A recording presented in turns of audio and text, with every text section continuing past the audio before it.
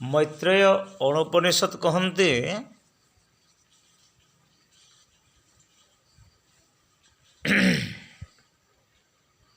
बद्धैव विषया संगी मुक्तेर निर्विषय मन। बद्धैव विषया संगी जो माने विषय संगी होती से माने बंधन रे पड़ती आ जो मानकर मन मुक्त थाए निर्विषयी से माने मुक्ति प्राप्त होती। एणुकि करी मनरु विषय को हटेबार चेष्टा करिबा मन को विषय हटेबारे सतत तत्पर रहिबा पई शास्त्र हमको निर्देश दियन्ते। से कथा को मानि आमको चलिबा को हबो। मनुष्यर धर्म हैला सब बेले मनुष्य धर्म रे तत्पर रहिबा कथा, मुखरे मधुरता रहिबा कथा, चित्तरे गंभीरता रहिबा कथा, दान रे उत्सुकता समुत्साहिता रहिबा कथा, दान देबारे मनरे दुर्बल मनोभाव पोषण न करिबा कथा एवं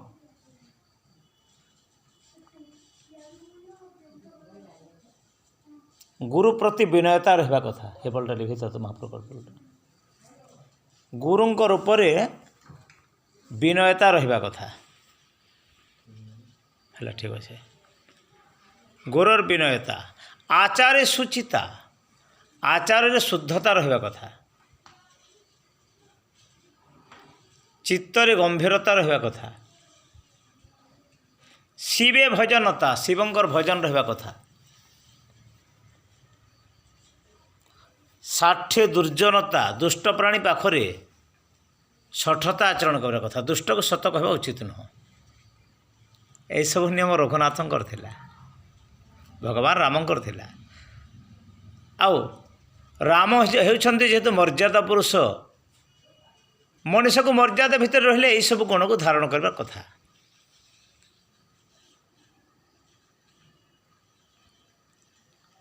मुख्य द्वार जो द्वारपाल चारोटी अच्छा प्रथम शांति गुण, शांति गुण को आम देखा सर्प पिबंती पवन पवनम न चतुर्बल असो। साप पवन खाए हेले दुर्बल हुए कि? साप तो महाबलशाली ना। सर्प पिबंती पवनम न चतुर्बल असो। मुक्ता फल वनगज सुखिन भवंती। गछर कंदमूल फलपत्र खाइकी हाथी माने बहुत बलशाली हो गए। तृण आदि खाद्य भोजन करिकी पशु माने मध्य बलवत्तर अछंती। अतएव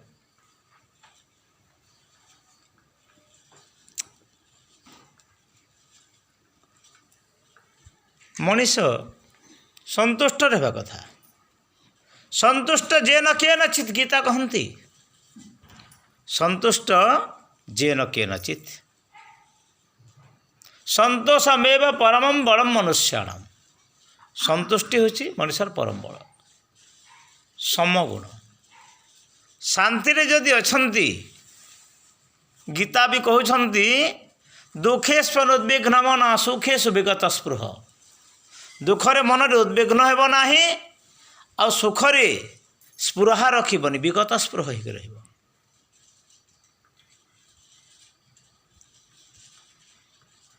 समदम तापर इंद्रिय मान को काबू रे रखिबा। आम इंद्रिय माने चलचंचल विभिन्न प्रकार प्रकृति रे जीवा पई से माने विषय भोग उपभोग करिबा पई सतत तत्पर। तांको आम निज कंट्रोल रखिबा कथा। किमिति महात्मा गांधी तीनोटी मांकड़ रखिथिले। गोटे मांकड़ आखि बंद कर देथिला, कहूला मो मंद कथा देखिबिनी। गोटे मांकड़ मुह बंद करथिला, मो भूल कथा कहबिनी। आ गोटे मांकड़ कौन करथिला, कानटा बंद करथिला, मो मंद कथा शुणिबी ना। ए तीनोटी मांकड़ रखिबार मान हैला भूल कथा कहनी, भूल कथा खराब कथा शुणुनी, खराब कर्म को देखनी। एतिके मानिबा तो सहज नुह, कह तो सहज कर तो कठिन आई। कि एतिके मानिदेले आम जीवन एक प्रकार मधुमय होगला, सुंदर होगला। जहाँ भी हो ए भगवान जगन्नाथ ଦେଖୁଛନ୍ତି, ପାଟି ଫିଟାଉନାହାନ୍ତି, ଶୁଣୁଛନ୍ତି। ଏ ସଂସାରରେ ସବୁ ଦେଖିବ ଶୁଣିବ, ହେଲେ ପାଟି ଖୋଳିବନି। ଯେଉଁ ପ୍ରକାର ଯୁଗର ଧର୍ମ କହୁଛି, ଏ ଯୁଗରେ ଭଲ କହିଲେ ଲୋକେ ଭେଲ ବୁଝନ୍ତି।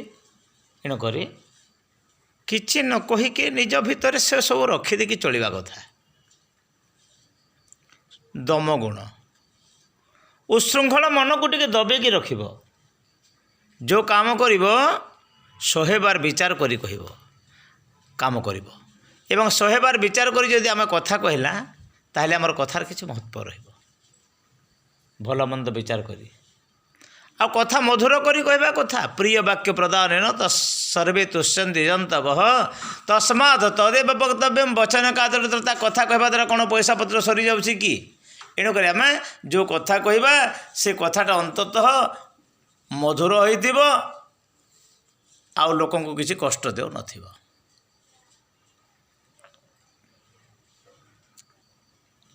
ଦମଗୁଣ ବହୁତ ଭଲ ଗୁଣ। ଇନ୍ଦ୍ରିୟକୁ ଦମନ କରି ରଖିବା କଥା। ଇନ୍ଦ୍ରିୟମାନେ ବିଷୟା ପଥରେ ଧାବିତ ହୁଅନ୍ତି। ଇନ୍ଦ୍ରିୟାଣି ପରାଣିଆ ହୋଇ ଇନ୍ଦ୍ରିୟଭ୍ୟ ପରଃ ମନମ୍ ମନସ୍ସସ୍ତୁ ପରର୍ବୁଦ୍ଧି ବୁଦ୍ଧୈର୍ ପରତସ୍ତୁ ସହ। ଆମ ଭିତରେ ଯେଉଁ ଜୀବାତ୍ମା ଅଛନ୍ତି, ଇନ୍ଦ୍ରିୟାଣି ପରାଣି ହୋଇ ଇନ୍ଦ୍ରିୟମାନଙ୍କ ପାଖରେ ବିଷୟ ଭୋଗ ଥାଏନି। ଏବଂ ଇନ୍ଦ୍ରିୟମାନେ ଇନ୍ଦ୍ରିୟାଣି ପରାଣିଆ ହଉ ଇନ୍ଦ୍ରିୟଭ୍ୟ ପରମ୍ ମନ, ଇନ୍ଦ୍ରିୟମାନଙ୍କଠୁ ମନ ଦୂରିଆ ଥାଏ। ମନସ୍ସସ୍ତୁ ପରା ବୁଦ୍ଧି, ମନର ଉପରେ ବୁଦ୍ଧି ଥାଏ। ବୁଦ୍ଧୟ ପରତସ୍ତୁ ସହ, ବୁଦ୍ଧି ରୂପରେ ଜୀବାତ୍ମା ରହୁଛନ୍ତି। ଆଉ ସବୁ ଜୀବାତ୍ମାମାନଙ୍କ ରୂପରେ ପରମାତ୍ମା ସେ ଜଗତର ପତି ଅଟନ୍ତି। ଉପନିଷଦ କହନ୍ତି ତମିସ୍ପରାଣମ୍ ପରମଂ ଚ ମହେଶ୍ୱରମ୍ ତଞ୍ଚ ଦେବତାନମ୍ ପରମଂ ଚ ଦୈବତମ୍ ପତିଂ ପତିନାଂ ଚ ପରମଂ ପରସ୍ତାତ୍ ବିଦାମ ଦେବ ଭୁବନେଶ୍ୱ ମଧ୍ୟମ୍। ଏ ସମସ୍ତଙ୍କର ପତି, ସମସ୍ତଙ୍କର ପିତା, ସମସ୍ତଙ୍କର ବନ୍ଧୁ, ସମସ୍ତଙ୍କର ନାଥ, ସମସ୍ତଙ୍କର ମାଲିକ। ଏଣୁକରି ତାଙ୍କୁ ଭୁଲିବା ଉଚିତ ନୁହଁ, ତାଙ୍କୁ ମନେ କରିବା କଥା। ପ୍ରଭୁଙ୍କର ସ୍ମରଣ ଭଜନ କରିବା ଜୀବର ଧର୍ମ। ଜୀବର ସ୍ୱଧର୍ମ ଏ ଜାଣୁ ଅନ୍ତେ ସ୍ମରଣ ନାରାୟଣ ବୋଲି ଭାଗବତ କହୁଛନ୍ତି। ଏ କାଳ କାଳ ସର୍ପ ରୂପେ ଜନ୍ତୁଙ୍କୁ ଗ୍ରାସେ ଭବ କୂପେ ଏହାକୁ ପରିତ୍ରାଣ ଦାନ ଗୋବିନ୍ଦ ବିନୁ ନାହିଁ ଆନ। ବେଦମନ୍ତ୍ର କ'ଣ କହୁଛନ୍ତି? ବେଦାହମେତମ୍ ପୁରୁଷମ୍ ମହାନ୍ତମ୍ ଆଦିତ୍ୟ ବର୍ଣ୍ଣଃ ତମସଃ ପରସ୍ତାତ୍ତମେବ ବିଦିତ୍ୱା ଇତି ମୃତ୍ୟୁମେତି ନାନ୍ୟ ପନ୍ଥା ବିଦ୍ୟତେ ଅୟନାୟ। ବେଦାହମେତମ୍ ପୁରୁଷମ୍ ମହାନ୍ତମ୍, ଏଇ ମହାନ ପୁରୁଷଙ୍କୁ ବେଦ ଆହ୍ୱାନ କରେ। ଆଦିତ୍ୟ ବର୍ଣ୍ଣମ୍, ସୂର୍ଯ୍ୟ ପରିକା ତେଜସ୍କ୍ରିୟ ଉଜ୍ଜ୍ୱଳ ଜ୍ୟୋତିଷ୍ମାନ ତିଜ ନିଶାନେ ଭେଦ କରନ୍ତି ଭଗବାନ। ଭିଦ୍ୟତି ହୃଦୟ ଗ୍ରନ୍ଥି ଛିନ୍ଦନ୍ତି ସର୍ବ ସଂଶୟାନ୍ କ୍ଷୀୟନ୍ତି ଚାସ୍ୟ କର୍ମାଣି ଦୃଷ୍ଟ୍ୱା ଯେନ ପରାବରେ। ଦୃଷ୍ଟ୍ୱା ଜେନାତ୍ମନିଷ୍ପରମ୍ ଦୃଷ୍ଟ୍ୱା ଯେନ ମୈଶ୍ୱରେ। 3 ପ୍ରକାର ଅଛନ୍ତି। ଉପନିଷଦରେ ଗୋଟେ ପ୍ରକାର, ଭାଗବତରେ ଗୋଟେ ପ୍ରକାର। ତ ଯାହା ବି ହଉ, ତମସଃ ପରସ୍ତାତ୍, ଅନ୍ଧାର ପାପ ତାଙ୍କ ପଛପଟେ ରହେ। ଧର୍ମ ଅଗ୍ରତଃ ଅଧର୍ମ ପୃଷ୍ଠତଃ, ଅଧର୍ମ ରହେ ସଂସାରରେ। ଜଳ ଭିତରେ ଜୋକ ବି ଅଛନ୍ତି ନା, ଆଉ ପଦ୍ମଫୁଲ ବି ଅଛି। ପଦ୍ମଫୁଲ ସୁଗନ୍ଧ ବିତରଣ କରିବ, ଜୋକ କ'ଣ କରିବ? କାମୁଡ଼ିବ, ରକ୍ତ ନେବ। ଏ ସଂସାରରେ ଭଲ ଲୋକ ବି ଅଛନ୍ତି, ମନ୍ଦ ଲୋକ ବି ଅଛନ୍ତି। ଅତଏବ ଆମକୁ ପାରୁ ପର୍ଯ୍ୟନ୍ତ ଭଲ ଲୋକଙ୍କ ସହିତ ସଙ୍ଗରେ ରହିବାକୁ ପଡ଼ିବ, ଆଉ ଦୁଷ୍ଟ ବ୍ୟକ୍ତି ଠାରୁ ଦୂରେ ରହିବାକୁ ପଡ଼ିବ।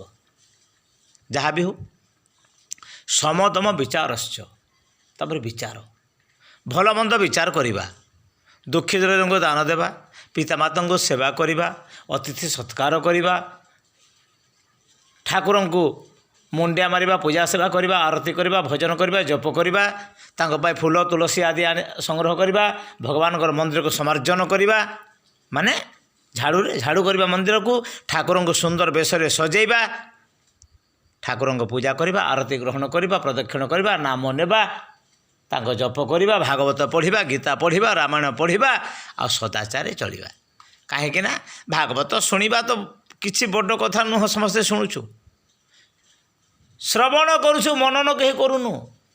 ଆଉ ଯେଉଁମାନେ ମନନ କରୁଛୁ, ମନେ କରୁଛୁ, ତାକୁ ପାଳନ କରିପାରୁଛୁ। ଏଣୁକରି अरे ये आत्मा श्रोतव्यंच मंतव्यंच निधिध्यासितव्यंच। ए संसार रे भगवान को तत्व शुणा कथा, जानिबा कथा, ताको बुझिबा कथा, अंतर भितर चिंता करबा कथा, आ निज जीवन चर्यारे जोटा संसार रे भल गुण अच्छी ताको आपणे नेबा कथा। नघेनी पर गुण दोष घेनी आपणा श्रेष्ठ वंश। पर दोष गुण को न देखी निजर श्रेष्ठ अंश को ग्रहण कर चलवा कथा। निजर श्रेष्ठ गुण जहाँ अच्छी भल गुण। दोड़गोविंद पट्टनायक गोटे काव्य लिखिथिले सुबोध साहित्य रे, मु पढ़ी पाठरे। गोटे बाहुंगारे से कहले मु दुईटी अखा करी एपटे जोगारी आगपटे जोगारी मोर दोष दुर्बलता दुर्गुण, आ पछपटे मोर सद्गुण सब रखी। आउ अन्यर सद्गुण को मु देखुची ग्रहण करुची, तांगर दुर्गुण को देखुनी। परगुण परमाणु पर्वती कृत भूतान कहती भर्तृहरि नीति सत करी। परगुण परमाणु अन्यर गुण टिके मध्य भल गुण थिले ताको प्रशंसा करिबो। काहेकि ना सम्मान देले सम्मान मिले। आमे जदि बाणीर व्यवहार कर जानिबानी ताहले कौन हो बाण हो। बाणीर व्यवहार कर जानिले बाणी बाण हो। एणुक जो भी बोलो मिठे ही बोलो, जहाँ कह मिठा कथा कह, वचन का दरिद्रता। अमृत विनय वचन कही तो शिव प्राणी मन। अमृत विनय वचन ऋतम पद स्वल्पम पद मिष्टम पद। सत कहब मधुर हो आउ कथा केते हो बेसी कि कम अल्प अल्प ना अल्प अल्प हो। अरे आत्मा श्रोतव्यंच मंतव्यंच निधिध्यासितव्यंच। हरिंकी श्रुति पथे शुण बदने तांको नाम भण। को बा हरि कथा श्रोत कि न गुर्जात। जो भगवान कथा श्रवण कले जीवर आत्मकल्याण होची, से कथा शुणिबारे किए मन न देव। कुर्वन्ति हि त्वयि रति कुशला स्वात्मन।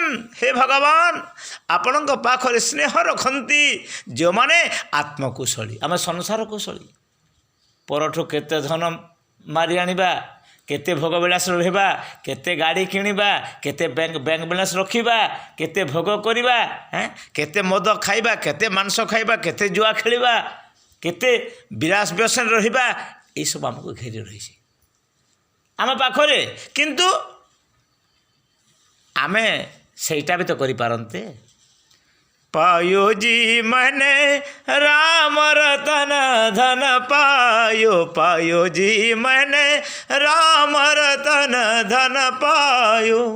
वस्तु अमोल की दिन मेरे सदगुरु। वस्तु अमोल की दिन मेरे सदगुरु। कृपा कर अपनायो। पायो जी मैंने राम रतन धन पायो। पायो जी मैंने राम रतन धन पायो। मीरा कहले पायो जी मैंने राम रतन धन पायो। सोनार चेन पिंधुछंती, ब्रासलेट पिंधुछंती, हेले कंठरे तुलसी माला नहीं, काठ कौन पिंधे बा। किंतु धर्मशास्त्र कहे तुलसी माला गोटे गोटे मणि अमूल्य रत्न।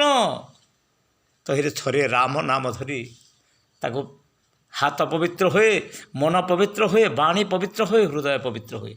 हृदय रे राम चिंता करी, मन रे रामंकर स्मरण करी, मुहरे भगवान रामंकर नाम नहीं, हाथ रे माला जप कले आपन सर्वांग शरीर पवित्र हो जाए। पायो जी मैंने राम रतन धन पायो। मु रामंकर नाम रूपी रत्न पाइछि। वस्तु अमूल, यार मूल्य नहीं। हीरा नीला मोती माणिक्यर मूल्य अच्छी, भगवान नाम मूल्य ना। इह काल पर कालर साथी सेटा। बंची समय आपण पाखरी जहाँ सांग साथी धन द्रव्य विद्या यौवन अच्छी पुत्र पत्नी बंधु बांधव गला समय कहीं जी साथी जीवे कि नाई एणुक माघ कवि लिखती दारा पुत्र नराणाम प्रियजन सहिता बंधु वर्गा प्रियंबा माता भ्राता तातश्च स्वसुर गुरुजना वित्तम ऐश्वर्य भोगा विद्यारूपम विमल नयनम यौवनम मान गर्भा सर्वे दुखम मरण समय धर्म रेखा सहाय। केवल धर्म ही सहयोग करिबा आपण माटी रे संगी माटी माँ ये तन हर संगी माटी माँ ए शरीर माटीर विकार क्षितिजल पावक गगन समीरा पंच रचित यह अधम शरीर यहाँ पंचभूत तैयारी होती आओ दिने माटी मिसीज बेणु बोले सबु जन्म ठारुए दुर्लभ रे लब्ध्वा सुदुर्लभमिदम बहु संभवान्ते सुदुर्लभ उत्तम एवं दुर्लभ जन्म दूर लाभ करिछु आकर 4,84,000 जोनि भ्रमत इह जीव अविनाशी साधन धाम भोगभूमि नुहाईटा भोग करने भगवान आपको मनुष्य जन्म दे नहांती उपनिषद कहती परांच कामा ननुयंती बालास्ते मृत्युयंती बीततस्य पाशम अथ धीर अमृतत्व विदित ध्रुवे मध्रुवे न प्रार्थयंती ज्ञानी लोक माने पूर्व जन्म इंद्र लालसारे जीवन को आम नष्ट भ्रष्ट कर दीछू यही कथा जाणिक से माने सुख भोग को लालसा रखती भीम कहती तेणु करी मते मोर मनरे संशय भोग को आकुल नुहे मो भोग को आकुल नुह भर्तृहरि लिखती भोगे रोग भयम कुलेच्युति भयम वित्तेन रूपालद भयम माने दैन्य भयम गुणे घोल भयम रूपे जराया भयम विद्यावाद भयम बड़े रिपु भयम काये कृतांत भयम सर्ववस्तु भयावहम भवेन्द्रनाम वैराग्य में बा भय वैराग्य होले कौन से प्रकार भय रहे नाही